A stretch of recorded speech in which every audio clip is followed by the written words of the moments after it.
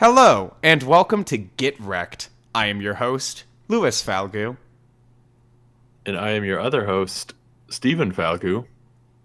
Welcome back, everyone. Get Recc'd is our podcast where Louis and I, two brothers, every week recommend something to each other, and then the following week discuss those things that we recommended. This week we will be discussing a unplanned themed episode. We have two albums to talk about today, just in time for the Toyota season of giving. Happy Honda days just passed. Louis, what did you get? What did Honda Santa bring you this year? Honda Santa brought me a brand new Honda. He's always doing that. And it's funny, it's not even like any specific car, it's just a Honda. It's just a Honda. And it's like, come on, I specifically put something else on my Christmas list this year, Honda Santa. And he said, vroom, vroom, vroom, Steven, you only get a Honda. This is a marketing scheme. And I'm just so tired of it. And I just want to let everyone know out there, and I'm sorry, this is our pagan sensibilities, but we're not going to celebrate Happy Honda Days anymore. This was it. Yeah. I think that both of us are a little fed up with Honda Santa. He's been an asshole. All right, I'm just going to say it, an asshole. Now, I wouldn't have said this if Honda had decided to sponsor us between that last episode and this one, but they didn't. So, Honda Santa, you're an asshole. And we gave them plenty of time. Oh, yeah. Sorry, everyone. This episode's a little late. We try our best to stick to the schedule, and by try our best, I mean I think we did it one time. So it's probably to be expected, but this episode is a little later than normal. So Honda had plenty of time to come through, but here we are, still without a sponsor. Yeah, in fact, the whole reason we went on hiatus is because we were waiting for them to sponsor us, but I guess they didn't take notice, so, we were in active conversation with their lawyers, and by their lawyers, I mean we sat in front of a Honda for 3 weeks and we didn't eat anything until they sponsored us, but they said, sorry, we're just a local dealer. We can't make those decisions. Yeah, and the fucking Honda wouldn't say anything to us, the goddamn jerk. I mean, I was begging and pleading the Honda. I was saying, please sponsor us. And the motherfucker just sat there and looked at me like I was an idiot. I don't get it. But anyway, anybody else wants to sponsor us, we won't talk this way about you unless you don't sponsor us. It's just like, I thought this holiday was all about getting great deals and low finances. And look at us now. We have neither of those things. Yeah, so anyway, it was a bit of a disappointing Honda Days, but that's all right. Next year, it'll be some other corporate rendition of Christmas, but not Honda, because we're done. We cut Definitely it off. Not. It's over. Target, we're looking at you. Walmart, if you guys... You got a year to think about it. You got a year to think about it. We're giving you plenty of time. So anyway, I think we'll get going here. You think so? Yeah, let's just jump right in. All right, so Stephen, why don't you go ahead and explain what you recommended to me? So in the last episode, Louis, I recommended to you the album So by Peter Gabriel. This was Peter Gabriel's 5th album after he went solo away from Genesis. 1986, this album had a couple of singles that charted off of this album. Sledgehammer, In Your Eyes, Big Time, probably the most famous of those. But yeah, Louis, why don't you go ahead and take it away? Give us some of your initial thoughts. Yeah, so... Oh, I just wanted to say, actually, because for whatever reason I found this hilarious. Wikipedia lists that Michael Glabicki of the American band Rusted Root acknowledges this album as a key influence. Well, as you can see, it's a masterpiece. There's no question about it. We would not have... American band Rusted Root. American band Rusted Root. Bring Me On My Way, or whatever that song's called. So, I Um, I have heard songs from this album, obviously. Some ones I didn't know from the title that I'd heard them, but like Red Rain, I've heard before. Obviously, I've heard Sledgehammer, like, I don't know, a million times. But just kind of on the radio. It's nothing that I ever really sat down and paid attention to necessarily, so I didn't really have much of an opinion on it. And what else? Big Time I've heard as well. But that's obvious. I mean, this is obviously an 80s pop staple that had, massive success and is still played on any radio station that frequently plays 80s pop. And I also have previous experience with Peter Gabriel because I've listened to 2 Genesis albums and I fucking love them. Selling England by the Pound and Foxtrot. Amazing. Going into this, unlike Steven tends to be, I was very, very familiar with who Peter Gabriel is. I love his vocals. I love his lyrics from those records and all that kind of stuff. So now that that's out of the way, this album I thought was pretty damn good. I did expect to like it because in the amount that I have heard of this album, I have heard that people generally regard it pretty highly. I think it might be on Rolling Stone's dumbass list or whatever. It is.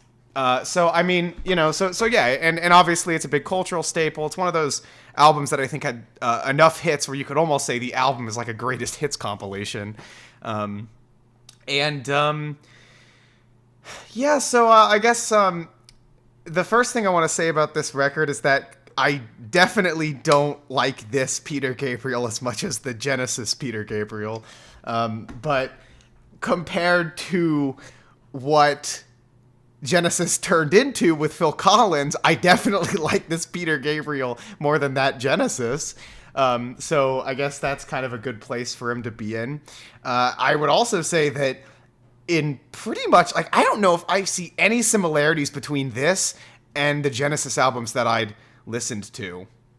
I don't really recognize anything. Even Peter Gabriel's voice, like, he's obviously the same singer, but the way he sings, he sounds a lot older and more mature here than he does on those Genesis albums that I've heard anyway, which I found pretty interesting. I guess, and song-wise, the hit songs are obviously very good. Red Rain is a very good song. Sledgehammer is a good song. And we'll get to some of the other ones in a little bit. I'll let you jump in because I kind of just talked a lot. So is there anything you want to comment on that I said? Yeah, I think I would just you mentioned about how this is almost like a greatest hits albums. 5 out of the 8 tracks of this album went on to be huge singles for Peter Gabriel. So it really is. I mean, if you listen to this album, if anyone were to listen to this album, they would probably know the majority of the tracks coming off of this because they had become such staples and they're still played over and over again, especially things like In Your Eyes and Sledgehammer. Yeah.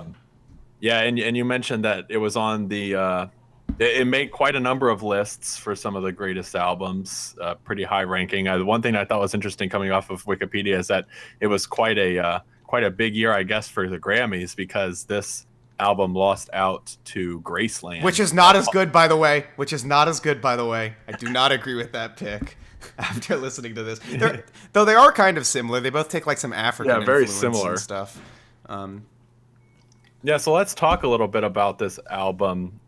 So you mentioned the African influence. There's a lot of, I think, kind of world pop and art pop here. I think that, you definitely get those 80s sensibilities for sure.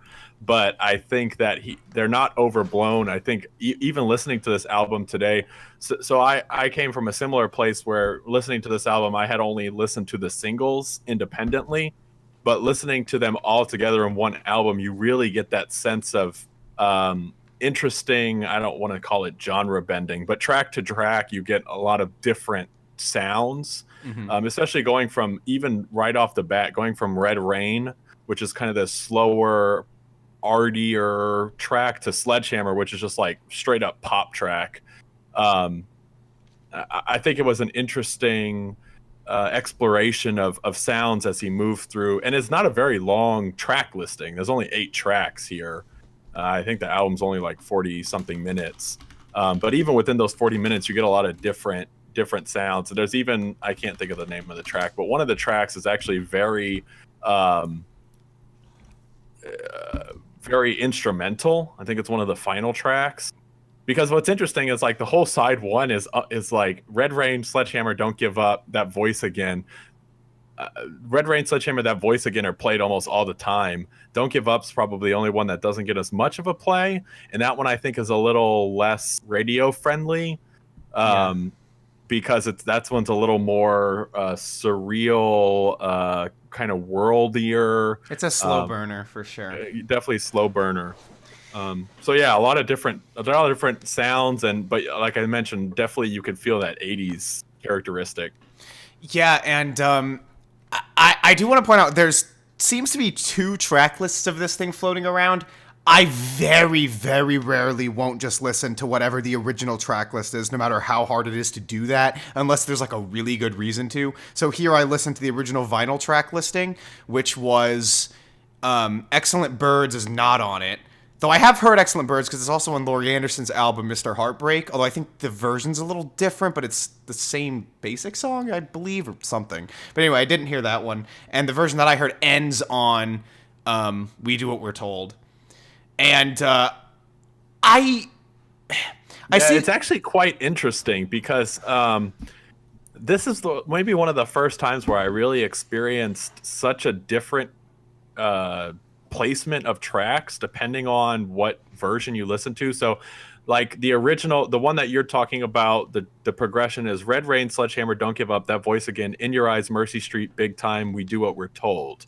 But then in a lot of remasters, for whatever reason, they mix that up and put In Your Eyes as the last track. Yeah, and for some reason. Well, the reason they did that is because Excellent Birds was stuck on the vinyl, or not the vinyl, on the original CD releases, like last minute, essentially as a bonus track. So when it came to doing the reissues, most people who have heard So thought that song was on the album, but obviously it's not a good, or at least what I've heard is it's not a good closer because it wasn't meant to be the closer. So instead, they left it on the album, but just switched up the ordering so that it wouldn't be the closer. I don't know why they made In Your Eyes the closer. I have no idea.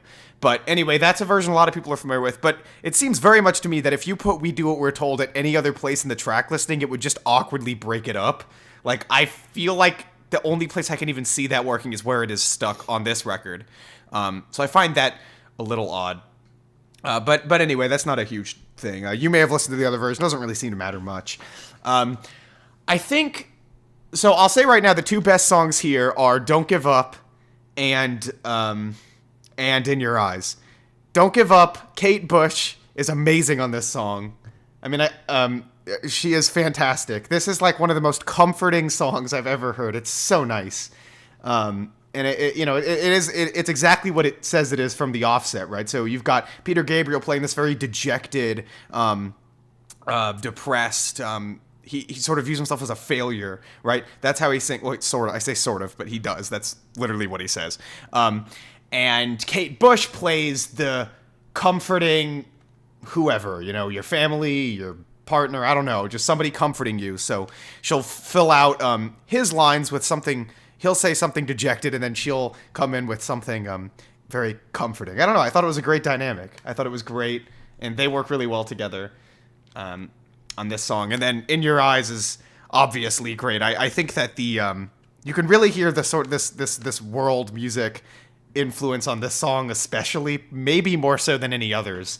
And just the transition from verse to chorus here is fantastic. Like, I love the way those I assume they're stringed instruments, but maybe you know what I'm talking about. They're very, very inspiring that come in into the pre-chorus and carry you into that chorus there.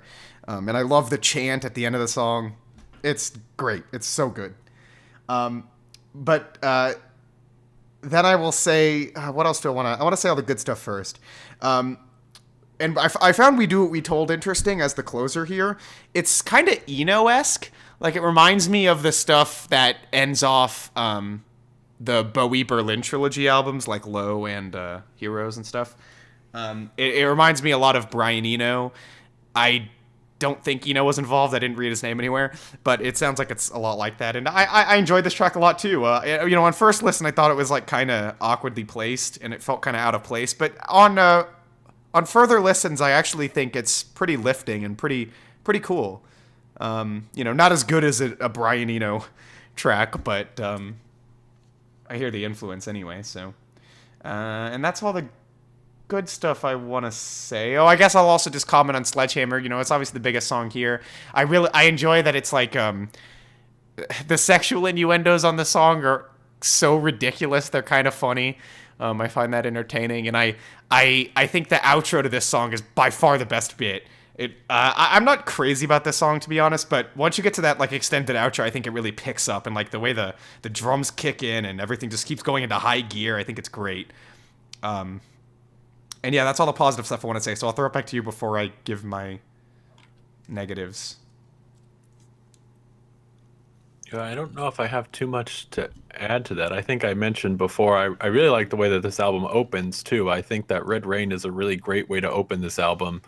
It opens slow, but very purposefully slow, and it sets the tone of this album in a major way. I think what's most interesting to me actually about this album is that most of these are not, I don't feel super pop tracks until you get to Sledgehammer and until you get to Big Time. That voice again a little bit too, but most of the rest of them are very slow tracks that build, I think, in an interesting way. So it's an intro. I think that it's hearing those tracks on this album, I think very smartly places this into, gives it a little bit of a break between all those very slow, thoughtful, mindful tracks, especially Big Time. Big Time is just straight up a pop track, like through and through. And they were huge for him, and they still get played all the time today. Yeah, definitely. I think the album's paced well too, and yeah, I agree for pretty much the same reason.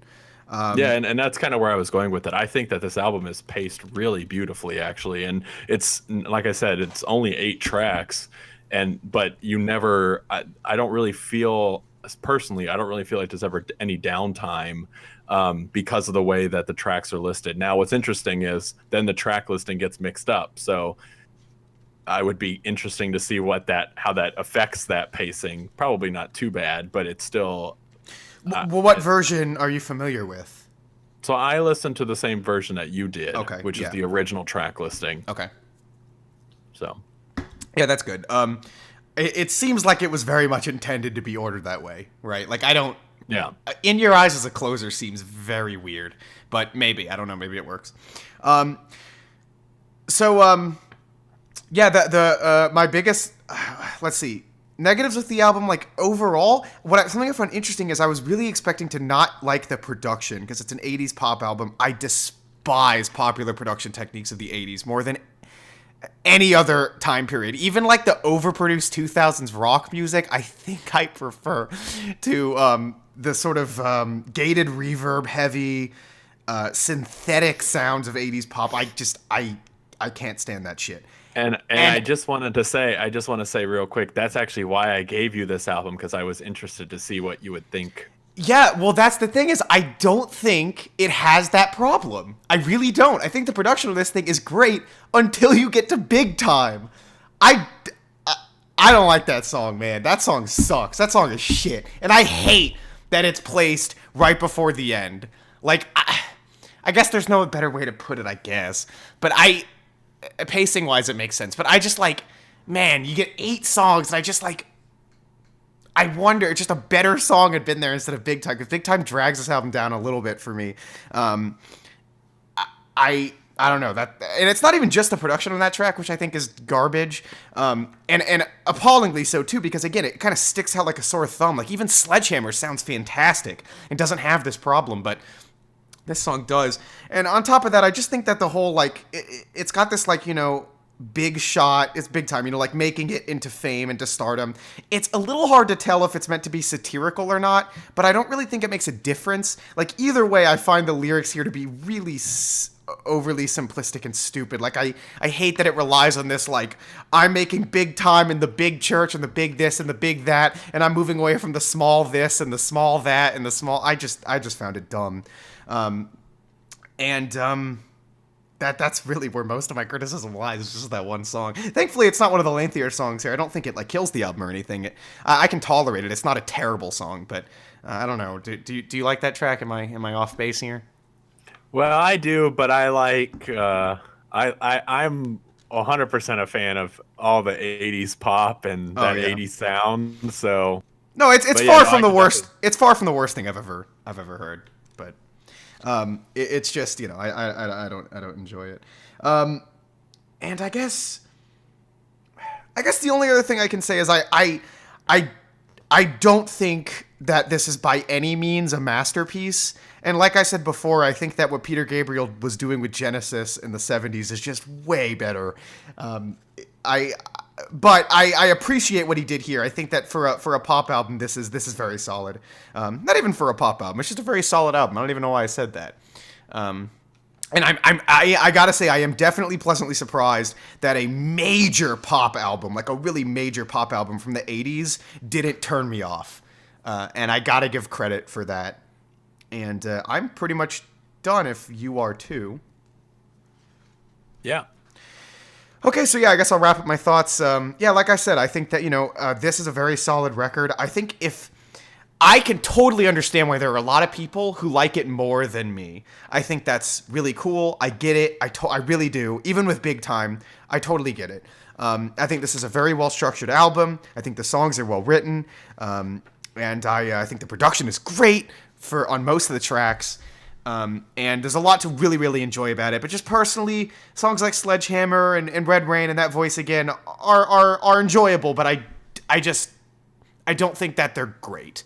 You know, extra points for In Your Eyes and Don't Give Up, which are fucking fantastic. Mercy Street, I didn't even mention, is really good. I enjoy the vast majority of the songs here. I think it's really good, and I'll go ahead and give it a very strong 7. A very strong 7. Because again, I think this is really solid. I think Big Time drags it down a little bit, and again, I'm not like amazed by it or anything, but very, very strong. And would I recommend this? I would recommend this if you're into pop music, especially 80s pop. I think this album will blow your mind if that's the kind of stuff that you're like really, really into. Yeah, so that's who I'll recommend it to, I guess. And also, you know, if you're a Peter Gabriel fan or you like Genesis, you've probably already heard this, I would assume. So, but if you haven't, then, you know, sure, go ahead, listen to it. Honestly, just from the number of record charting pop hits that came off this album, almost everyone's probably heard this, to be honest. Heard like half of it, yeah, good, yeah. Yeah, half or more. So I don't really know where my numbers come from most times, but I'm going to give it an 8.5. I want to be clear, this is one of my favorite 80s albums and pop albums coming out of the 80s. Easily, hands down. But I give it an 8.5, and then I'll let the viewers figure out why.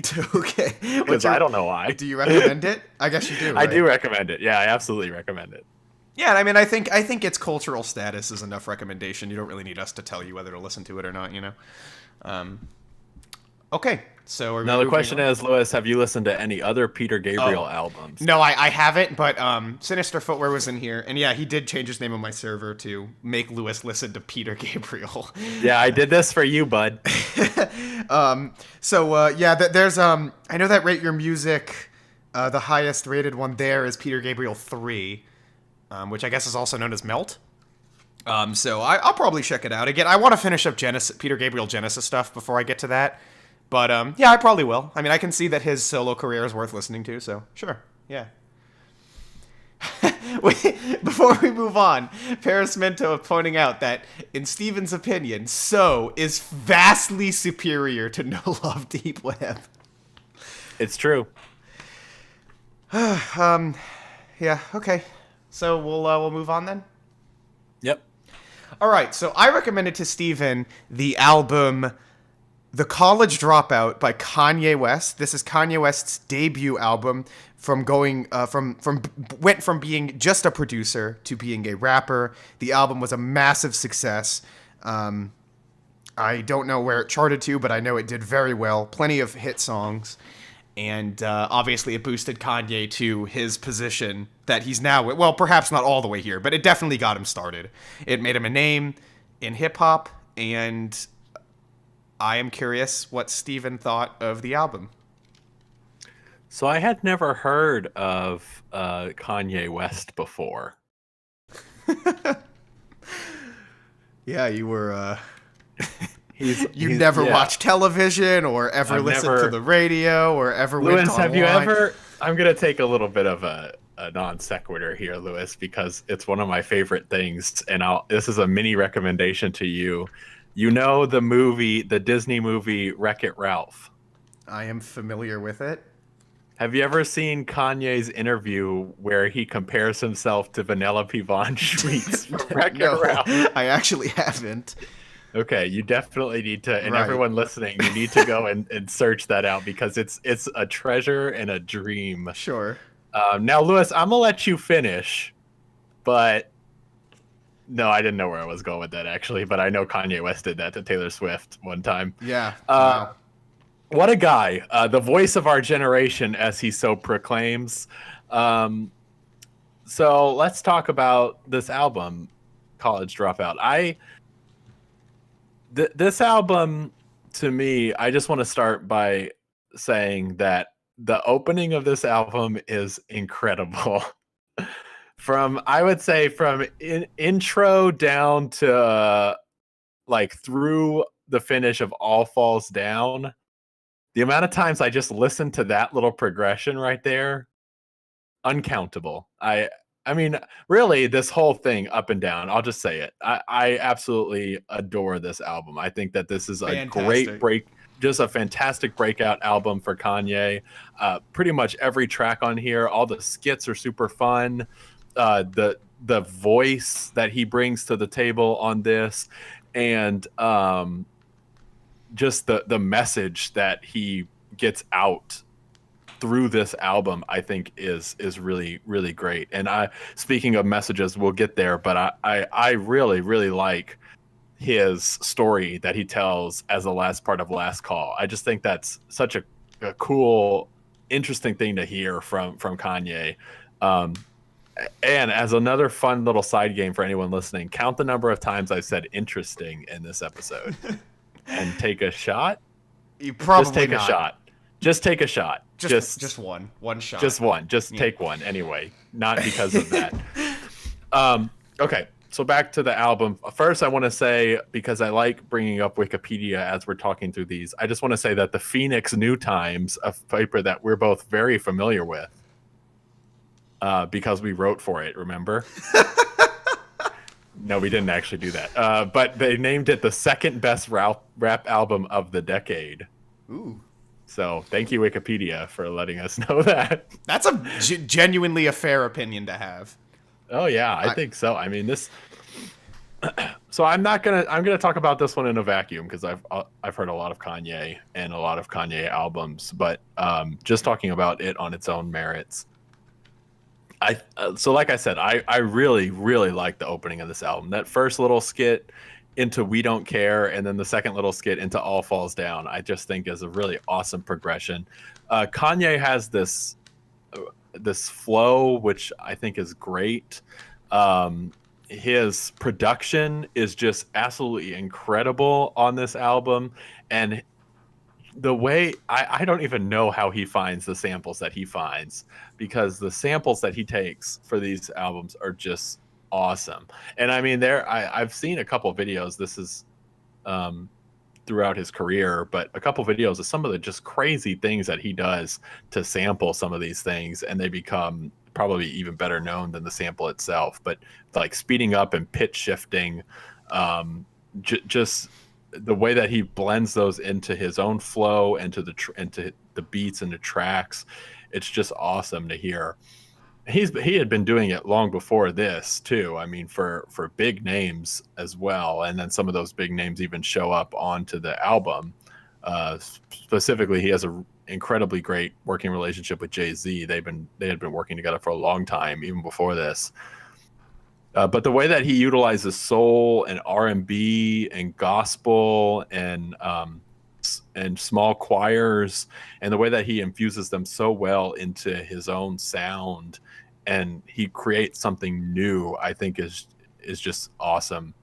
And he's been doing it for so long, and it's really cool to see that he does it here, and it really charts a direction for his whole career. And it happens right off the bat. So you have We Don't Care, and you have All Falls Down, which, by the way, Selena Johnson on All Falls Down, awesome voice. And I think that there's a version of All Falls Down out there that has Macy Gray instead of Selena Johnson.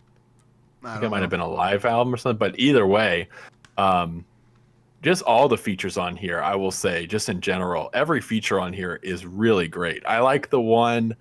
and I'm trying to remember what song it is and who's on the feature, but where he basically asked the feature to come in so he can use them to get laid. Yeah, you're talking about on Slow Jams when he gets twisted. Slow Jams. Yeah, when he gets twisted. Yeah, that is a great moment. Oh, it's such a hilarious moment. But I have a problem with features. This is another non sequitur I want to take real quick, because a lot of times I feel like features on tracks have nothing to do with the track. It's just like, okay, somebody came into the recording studio, spat a verse, and it's just like, okay, cool. And it like, there's no connection here. But the way that and you know it's him too, because he has just this production mindset. The way that he brings these people in onto his features and incorporates them so well and integrates them so well on all of the tracks that he has them on, I think that he has some of the best features out there every time that he has some. Now, he doesn't feature well. Anytime he's a feature, it sounds absolutely atrocious. Yeah, but the features that he brings on to his albums are just so great.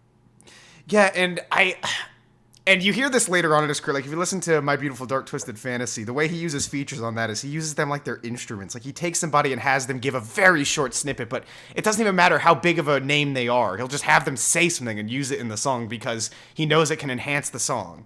Now, back in these days, that's not the way he used features. They really are just additional verses. But yeah, the guest verses are great. Some of them are very memorable, which is crazy. And yeah, I think one of the most interesting things about this album to me, since we're saying the word interesting a lot, is that think about the way Kanye presents himself on albums today. Or let's not say today. Let's say like 2010 through like Life of Pablo, right? It's like 2010 to like 2010 through like 2016. So My Beautiful Dark Twisted Fantasy, Yeezus, Life of Pablo, and probably Watch the Throne, although I haven't listened to it. Kanye, like, he's so unlikable, like, on these albums. And the thing is, on Dark Twisted Fantasy, that is entirely the point. And I get that, and I appreciate that. But still, it's really neat to hear these early records like this and Late Registration. Yeah, this and Late Registration, where Kanye he's funny, and he's really, really upbeat and likable and entertaining. And I feel like he's getting back to that nowadays, but there was a lengthy period of time where that was not the way he presented himself on these records. And it's not that Kanye got more arrogant or anything. I was watching interviews around the time this came out. He was pretty damn similar to how he acts now, like, all the time. I don't feel like he's really changed much in that regard. Yeah, the question is, people have always asked, because it's like to a disturbing degree, and people have always asked, is he putting on a show? Yeah. Is it all stage? And I don't think it is. Yeah, I don't think so. No, I don't think, it's funny though. It's insane. I've come to like the guy. And it's not because he met with Trump. That certainly didn't help. But he said slavery was a choice. Yeah, no, it definitely did not help. Don't get me wrong.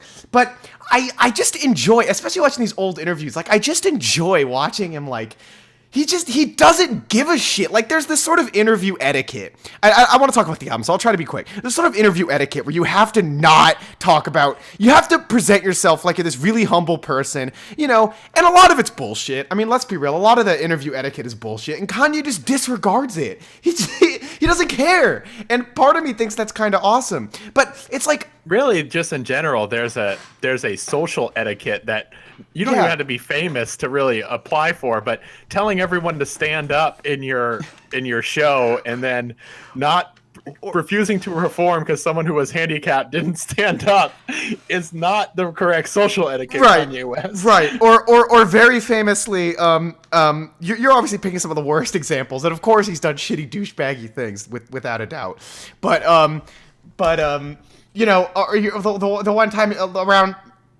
around this time when he went on TV and said George Bush does not care about black people, you know, it's like. He makes statements, some of which are good statements, other of which are total dog shit. He just doesn't care. He just throws them out there anyway. And it's like, I don't know. It's like, it's interesting that on this, it's like, I think one of the reasons why I've come to like him is because his personality on these early albums seems actually kind of in line with that. Like, not in that you think he's a douchebag or anything like that, but he just, I don't know. He's got this sort of sense of humor about himself in this record. No, for real. I mean, even, and we're talking about the beginning of this track of this album, right? Even that intro into "We Don't Care." I mean, that is it's so hilarious. Kanye to me. Yeah. No, it's, like that it's is something hilarious. that Kanye would probably actually in real life do without question. Yeah, for sure. And I think I mean, what's also interesting about this first album is he does show some humility. And he's, in a way, in his own way, kind of humble as you get to that story that he tells in Last Call. Mm-hmm. Now, he still kind of feels like I'm Kanye and I'm larger than life at certain points, even in the most humble portions of that story. But you get this sense of his rise. You get a different perspective on Kanye. And as this is his first album, and a lot of the notes and a lot of the themes that come out of this album are, you know, obviously college and education and what that means, but also this kind of rise to like this kind of making it, right? And I mean, that to me shows Kanye. Like Kanye's all out there on this album. Yeah, for sure. Yeah, now I think he just thinks he's larger than life as he calls himself Yeezus. It's like, is it all a show? I still don't know. It's funny though, because it's like, so I do believe that arrogance can be earned. I don't think it's ever good necessarily, but it can be earned. Kanye has not earned the privilege to say incredibly dumb shit to the literal president, and to just say really damaging and negative things, which he did do this year. But I don't blame this guy for being as arrogant as he is sometimes. Like, so long as he isn't a total douchebag and hurting other people with it. But like, God, do you hear the production on this album? And on every single album, not every single album, but most of it, most of his albums, like, holy shit, the production on Late Registration is out of this goddamn world. Graduation's aged poorly, I think, but for the time, even that's got some really, really interesting stuff going on. My Beautiful Dark Twisted Fantasy is incredible sounding, and like, and now with Kids See Ghosts, it's like the same thing. It's like, God. And on this record, I like the production of this album more than any of those. Sure, you can say Late Registration is more polished and more regal. You could definitely say that for My Beautiful Dark Twisted Fantasy as well. But have you noticed the songs in this album? They have this like grainy texture to them, like in the production. It sounds, I don't want to say cheap, but I also don't think it sounds expensive. It's got a, God, what's the word I could use to describe this? You may understand what I'm trying to say, though. Like, almost as though you're listening to it on, like, a record player or something. You can hear a texture. You can hear a certain graininess to these beats. Like they sound like they're homemade, in a way. They've got such a lively, human quality to them that other albums from his kind of lack. And I adore it. I think there is so much charm in every single beat on this album. The Chipmunk Soul samples, man, I cannot get enough of them. Like, god damn. and I'm even talking about. So I talked about his personality, which is amazing, and that match with these instrumentals, so much charm. Like it's just you listen to this album, and it's so funny and entertaining, and sometimes, and I don't want to give the impression that it's all just this funny sort of non-serious sort of thing. It gets really really heartwarming, and on this album, like on tracks like Family Business. You know, and tracks like he addresses racism on a few tracks here, like on Never Let You Down, you know, and it's like, and the way that these topics are handled are really good as well, and it doesn't feel like it never quite feels like it's taking itself too seriously, but it understands the seriousness of the topics that it deals with. I love the amount of variation you get topically here. I adore the theme of how pointless Kanye views college is. And he turned out to be right? Like, at least for himself. He dropped out of college, and look where it got him. Like, holy shit. The guy is like, you know, the guy's ubiquitous. And he has such a dismissive attitude. The skits on here are hilarious. They add so much to the album. And how many albums can you honestly say that for? You know? Like, I have the vinyl version of this record, and it takes off the skits, and you lose so much. Like, they are so essential to the flow, to the themes, like the way the School Spirit skits interplay with School Spirit, where I'm not sure who's delivering the skits, but he just talks about how, like, you're going to get a degree, and then you're going to become the secretary's secretary. It's like, God, it's great. Yeah, it's really funny. Yeah, and I want to go back to the arrogant point and how he earned it. I mean, I really think he changed the game. Truly. I mean, so he calls himself the voice of the generation, and I don't know about that, but he definitely changed the face of hip hop. Oh, he did it multiple times too. And he did it in multiple occasions in different directions. And yeah, it's just, and you can see it from this first album. I mean, so much of this first album is just incredible. The beats, the rhymes, the features, the skits. I mean, we talked about all these things, and they're all really great. Yeah, some individual songs I think we should be calling out here. Yeah, you mentioned All Falls Down, which is an amazing song. It's at least in my top 5 Kanye songs, like period. And I know it was a single too. It's easy to find. Jesus Walks. Holy shit, man. That is such an incredible song. That is, man, you know what really put it in perspective to me was I like in the part where he's telling that story in Last Call, and he talks about how he played freaking Jesus Walks for a studio and they turned him down. Yeah, and it's like even at that time Kanye knew. Yeah. Oh yeah, no, and that's the thing, like I think he deserves that hunger that you hear him having this album. So. It's like, listen to how good of a song that is. Like, what is he just gonna lie and say he didn't make like one of the best hip hop songs of all time? Like, no. Like he did. And yeah, that's an incredible song. I mean, I obviously I'm not religious, so I don't agree with the lyrics or anything, but I just think it's a really cool topic. And the song did get radio plays. He's addressing how, you know, you can talk about anything in hip hop. You can talk about terrible shit, but the second you start talking about religion or Jesus, you don't get played. That's the message of the song. And I don't know. I adore it. It's amazing. I think, God, what else? God, there's just so much. New Workout Plan, I fucking adore, man. That is a hilarious song. Once again, where there's so much personality and just like humor on this album. The way the first skit plays into this is funny too. Oh God, it's so good. Well, Slow Jams is amazing. Slow Jams is so good, and in a way, it's like a It's almost like the album's mission statement in a way, considering they're singing about or they're rapping about, you know, sex. But part of the point of the song is that this like appreciation for R&B and soul, which, yeah, I mean, all the samples here, maybe not literally all of them, but the vast majority of them, especially the Chipmunk ones, are lifted from R&B and soul songs. That's where a ton of this album gets its inspiration. And you mentioned the segment where she tells him to go faster in reference to his rapping, but of course, it's a sex innuendo. And he gets Twista to get on the track, who then starts rapping like extremely fast. Fucking brilliant. Well, God, what else? What else do I want to call it? Oh yeah, the final 4-track stretch on this album is god tier. It is god tier.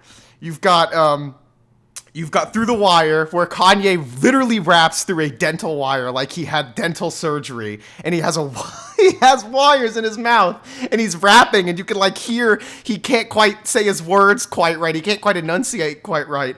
Like, who else? Like, that's the amount of personality it takes to make a song like this, and it's not stupid. Like, oh god. 2 Words is incredible. It's probably the most rock influenced song here, I would say, and it is heavenly. It is heavenly. I'm gushing. I'm sorry, but I love this fucking album. Family Business is like, it's so touching, right? That's like right towards the end of this album. I think he gives his 2 most touching performances with that song, and then following into Last Call, which is this 12-minute or 11-minute or something song, and this is a long ass album to finish it off like that. Man, that's really something. But like the rap stretch of the song is fantastic. The beat is incredible. Once again, I love it, and it's like. It's the kind of beat that I could just live and die in. Like, this thing could have gone on for 40 minutes, and I think I still would have been enjoying it. But after this brief rap section, you talked about this story where he tells the story of him coming up, and he says all these. It's just like you're never gonna hear this from Kanye again, because Kanye, Kanye's already made it. But, like, in this album, he wasn't really sure if he was going to make it or not. And it's just, listening to this story is so interesting. And it is kind of touching, to hear this humble beginnings of somebody who we now know is just, again, he's ubiquitous in the world of hip-hop and pop culture. And, maybe most people who don't listen to his music anyway hate him and think he sucks. But it's like, this guy changed the fucking game so many times. And it's like, to hear this story, it's just, there's something so endearing about it. And again, and that coupled with the beat that is just so incredible and keeps going, and he brings different samples in at different times, and even keeps the music interesting. I just rave this whole time, but as you can tell, like, this record, it's definitely Kanye's best, in my opinion, anyway. And yeah, I adore it. I don't know if there's any songs I didn't mention that you want to mention.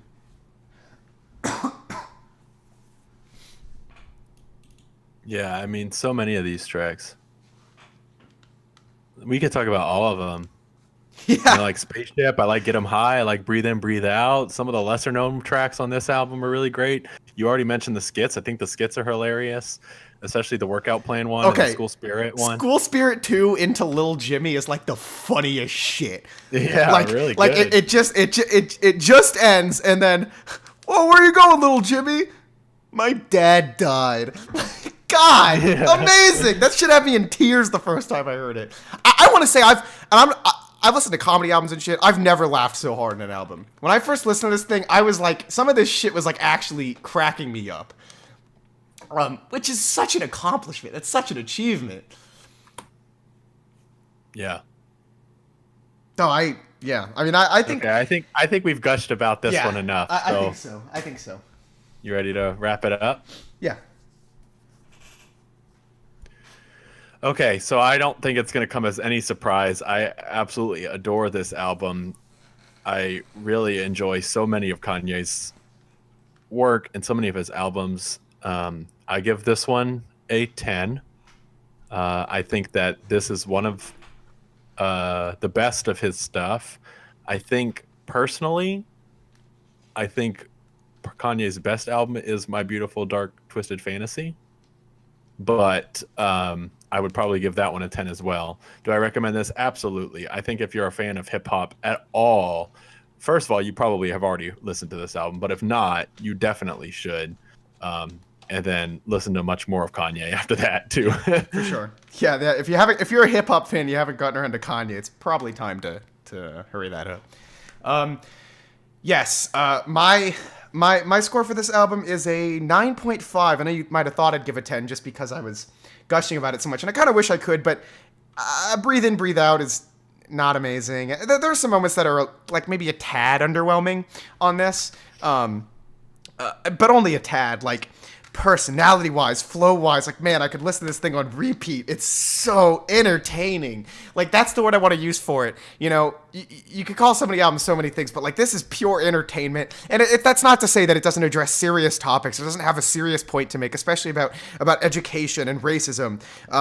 and things like that. It absolutely does. But god damn, all of it is just so fun. It's fun. The production is out of this world good. It still holds up today. And in fact, the ways in which it doesn't hold up today, to me, make it even better. Like that grainy quality that you probably wouldn't have noticed when it came out, but like the kind of thing that he honed on later releases and made them sound even more clean. And like, I think it took away a little bit from the charm. So even what you could call a flaw in the production here, to me, is only a benefit. Like, front to back, flow of this thing is fantastic. The lyrics are great. Kanye, I've never enjoyed him more on a project. And, you know, he has other albums in his discography that are definitely worth hearing as well. Late Registration is similar to this in a lot of ways. It doesn't flow nearly as well, which is probably my main problem with it. My Beautiful Dark Twisted Fantasy is obviously very important to this decade. It's not an album that I like as much as other people do. I think Kanye comes off as really dumb on a lot of that record, and I have other problems here or there. But that one too, it's like, God, I think I'm not exactly a Kanye West fan, but I am absolutely a fan of this album. This album is excellent, and of course I recommend it. Yeah, I think that's all I have to say. So are we ready to go to the recommendations? Yeah, let's do it. All right, Steven, you go ahead and go first. Okay, so Right.